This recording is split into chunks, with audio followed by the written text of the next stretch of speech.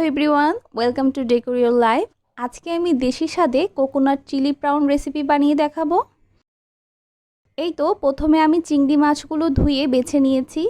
এখানে half KG চিংড়ি মাছ আছে আর নিয়েছি নারিকেলের দুধ। তো প্রথমেই চুলায় হাঁড়ি বসিয়ে দিয়ে দিচ্ছি 1/3 কাপ তেল, দিচ্ছি 2টো দারুচিনি আর দিব হাফ কাপের মতো পেঁয়াজ কুচি। 3 থেকে 4 মিনিট ভেজে নেব।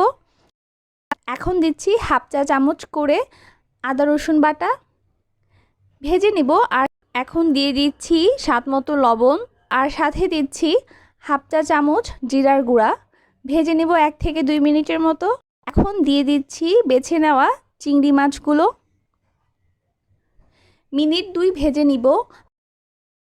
আর দিব হাফ চা চামচ হলুদের গুঁড়া আর 2 চা চামচ মরিচের গুঁড়া। যেহেতু চিলি প্রাউন, মরিচের ব্যবহার এখানে বেশি হবে। উল্টে পাল্টে ভেজে নিব 2 মিনিটের মতো। এখন দিয়ে দিব 1/3 কাপ মাছ বরাবর চিড়ে নেওয়া কাঁচামরিচ।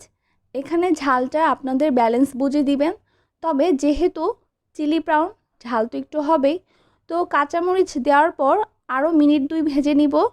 আর 2 মিনিট পর দিয়ে দিব নারিকেলের দুধ। বলক উঠলেই জালটা মিডিয়াম করে ঢাকনা দিয়ে রান্না করে নিব 10 থেকে 15 মিনিটের মতো।